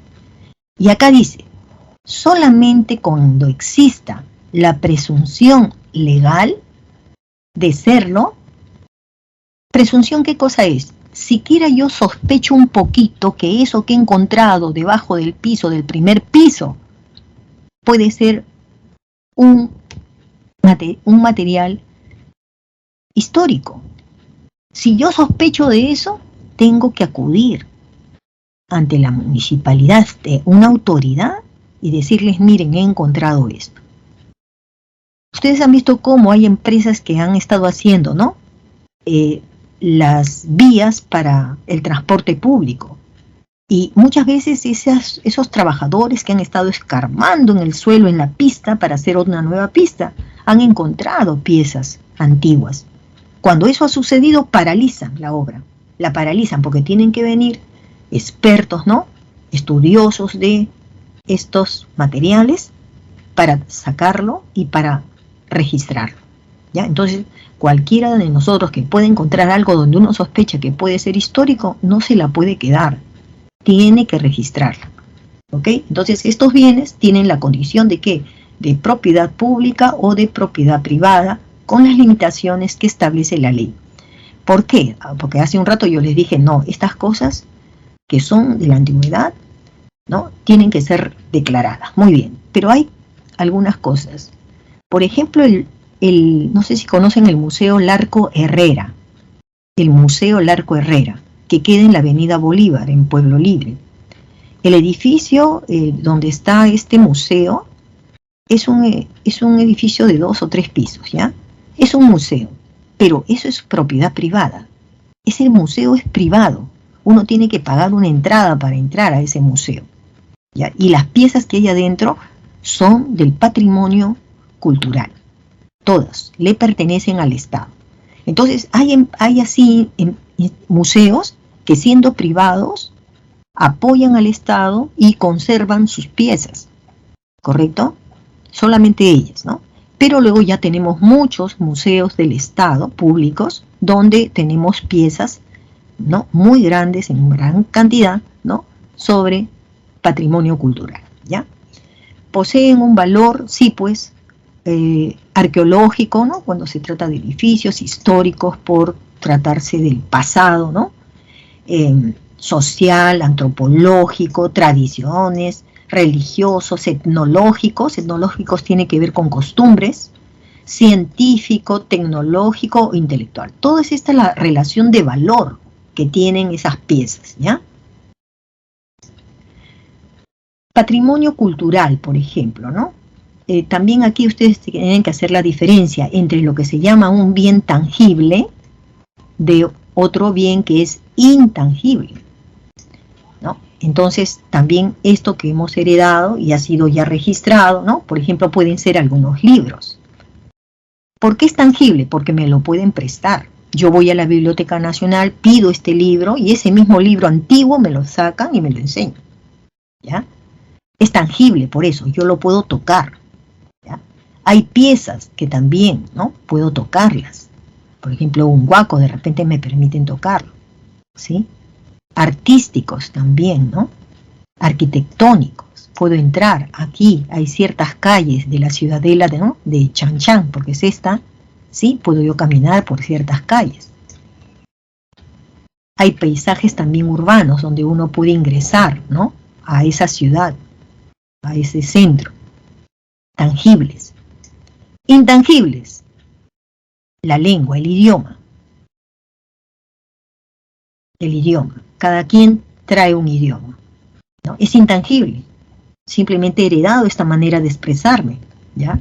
La religión es intangible también, sus creencias, ¿no? ¿Cómo toco sus creencias? No se puede tocar. Valores. La gente le da valor a las cosas y los valores que le dan otras personas no es el mismo valor que le damos nosotros. Siempre hago este ejemplo, miren. En los países árabes, sobre todo en los pueblos, las personas no necesitan utilizar los cubiertos. Ellos siempre suelen lavarse las manos, muy bien lavadas las manos, y simplemente tienen ya los platos, los tienen como si fuera un buffet. No es un plato cada uno, no. Toda la familia alrededor de un mantel y todos los que se tiene que comer están en diversos platos, pero las personas pueden tomar de un plato, del otro plato, en fin, es como un buffet. Nadie tiene un plato solo para él, ¿no? No lo tienen. No tienen necesidad de usar cubiertos. Quiere decir que al cubierto ellos no le dan el valor que sí nosotros le damos. Por ejemplo, yo no podría de acostumbrarme quizás lo voy a hacer, pero prefiero utilizar mi cubierto, pues, ¿no? Porque a mí me han enseñado con el cubierto que yo debo comer. Si yo los veo a ellos comer con sus pancitos, su manito bien limpia, comen sus cremas, ¿no? Sus verduritas, qué sé yo tengo que respetar eso, sus costumbres, ¿ya? Es intangible, ¿no? La forma, la costumbre, que como tú les das el valor a las cosas, no es igual para todos, ¿sí? Bien, es intangible. Bien, ¿sí? Vamos también, inmueble, ¿no? Aquí categoría patrimonio cultural, puede ser inmueble, no se puede mover, inmueble cuando sí se puede mover. Miren ustedes, esta es la casona de San Marcos. ¿La vamos a mover? No, porque ya está hecha allí. La casona de San Marcos, no se olviden que tiene, ¿no?, la categoría también de patrimonio cultural, ¿correcto? ¿Cuándo son muebles? Muebles es cuando sí se pueden mover. Por ejemplo, aquí tenemos la escultura del arquero de la muerte, ¿no?, de Baltasar Gavilán. Lo vamos a mostrar en Lima, pero puede luego, ya nosotros lo llevamos y lo mostramos en Arequipa. Bien cuidado, con policías y todo, van. Esto es mueble, porque sí se puede movilizar un huaco, un manto paraca, se puede movilizar. Categorías del patrimonio cultural inmaterial, ¿no? Son los conocimientos, los usos, las costumbres que se transmiten de generación en generación. Y miren cómo también la vamos a llamar. Cultura viva, también la podemos llamar. Por ejemplo, aquí hay una cultura, la de rehacer el puente hecho de fibras vegetales todos los años. Y eso es la tradición que tenían desde tiempos preincaicos. Se hace este puente y eso hace que las comunidades que vivan de este lado del río con los que viven de este lado del río puedan comunicarse. Se ayudan económicamente, comparten sus costumbres, ¿no? Y entonces hay comunidad. Eso es lo bueno, ¿no? Tenemos patrimonio documental, ¿no? Aquello que viene de lo escrito. Por ejemplo, los incunables peruanos, el protocolo ambulante de los conquistadores o también llamado libro Becerro, y hasta ahora pueden también, ¿no?, guardarse como patrimonio cultural algunos videos, ¿no?, o películas como por ejemplo este que ha sido guardado como patrimonio cultural de Carne Somos. Entonces se están empleando mecanismos cada vez más modernos, ¿no?, y virtuales también, ¿no? Categorías de patrimonio cultural puede ser subacuático, cuando algo que tiene valor está bajo el agua, ya puede ser en el mar o ya pueden ser en los lagos, ¿no? Como por ejemplo el asentamiento prehispánico, ¿no?, ahí donde hoy día es la laguna de Calancayo en Junín. Pero también pueden ser patrimonio industrial, por ejemplo esta locomotora.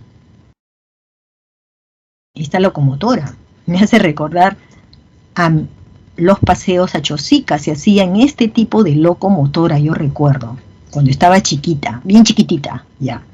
Patrimonio industrial, ¿no? Todos los bienes inmuebles o muebles que han sido, ¿no?, adquiridos o producidos en una sociedad en relación a las actividades industriales, ¿no? Esta es la industria del ferrocarril. Puede ser el primer ascensor, ¿no?, que se levanta en Lima, o el primer uso de la primera máquina de rayos X. Yo he visto la caldera en la industria de la fábrica de la cerveza Cristal. Una vez entrado y he visto grandes calderas donde ellos hierven el trigo, ¿no? La conservación entonces de todo este patrimonio, ¿no?, cultural es una obligación nuestra y para eso existen también, ¿no?, dentro del Ministerio de Cultura las oficinas que se van a encargar justamente de eso, ¿no? Por ejemplo, aquí tenemos la Dirección General de Defensa del Patrimonio Cultural, que su nombre mismo ya lo está diciendo. Ellos defienden y protegen, como que también recuperan, si es que estos objetos han sido sacados del Perú, van a pedir, ¿no?, su devolución. Tenemos la Dirección General de los Museos, ¿no? Ellos protegen, ¿no?, en ambientes muy adecuados lo que es nuestra propiedad. El Archivo General de la Nación, la Biblioteca Nacional, ¿no?, de libros en el Perú. La Biblioteca Nacional guarda libros muy antiguos y aquí ustedes tienen en este dibujo tanto las amenazas humanas, ¿no?, que afectan al patrimonio cultural, como también amenazas que son naturales y que son entendibles y muy fáciles de captar, ¿no? Por ejemplo, el cambio de temperatura, ¿no?, puede dañar las piezas, la erosión, ¿no?, del viento, los terremotos a veces han sepultado, ¿no?, sitios arqueológicos, la erosión por las lluvias, la humedad, las inundaciones, ¿no?, los incendios forestales, ¿no? Todo eso son amenazas naturales. Y amenazas humanas se da cuando hay negligencia de las autoridades locales y no saben cuidar el patrimonio que tienen, ¿no? Hay invasiones de personas que están buscando terreno para levantar su casa y lo quieren hacer en sitios arqueológicos, tampoco, ¿no? La indiferencia ciudadana, ¿no? Alumnos que van a Machu Picchu y van con un plumón y quieren poner ahí tú y yo y un corazoncito. ¿Qué es eso? Patrimonio tiene un valor muy significativo para toda la nación. Que no te interese a ti, bueno, es tu problema, pero si es que acaso te ven pintando esto, te llevan a la cárcel y te hacen pagar esto, ¿no? Patrimonios naturales también lo tenemos muy variados, recursos naturales, ecosistemas, áreas naturales protegidas, que vamos a hacerlo en un capítulo especial porque vamos a hablar de cada uno de ellos. No se olviden entonces que el Estado peruano, en el artículo 68, ha considerado que todos estos recursos naturales son intangibles, ¿no? Y tiene que ser así porque el Perú tiene una gran diversidad, ¿no?, cultural y natural. El patrimonio mundial, ya les he aclarado que no significa, ¿no?, que, digamos, haya exclusión, ¿no?, porque al final de cuentas es un reconocimiento que nos da la UNESCO, donde está aceptando el valor de todo lo bello que nosotros tenemos, ¿ya? Y patrimonio cultural de la humanidad, material e inmaterial, en realidad ya estamos, ya lo hemos visto como concepto, ¿no? Aquí algunos ejemplos más. Esto es en cuanto se refiere al patrimonio natural de la humanidad, las formaciones físicas, ¿no? De la erosión, la meteorización, tenemos paisajes muy diversos, ¿no? Y bueno, también tenemos parques nacionales de selva como el Parque Nacional del Mano. Patrimonio mixto, ya también lo habíamos visto, como Machu Picchu, tiene de histórico y tiene también de natural, igualmente el Parque Nacional de Río Abiseo. Y tenemos los ejercicios, ¿ya? En el caso de los ejercicios, a ver, espérense un momentito, tenemos el aula 7.1, 9.50, ya debo terminar. Entonces, no vaya a ser que me gane y no quiero pasarme, vamos a ver las claves de los ejercicios de cívica, ¿ya? 1C, 2D, 3E, 4B. Anoten, por favor.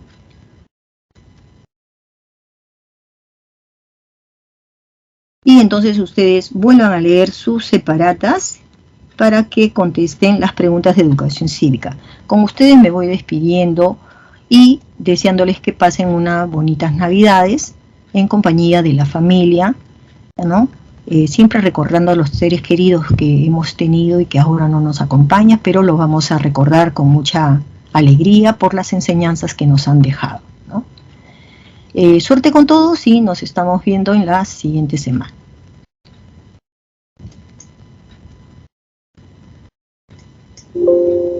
Cuídese.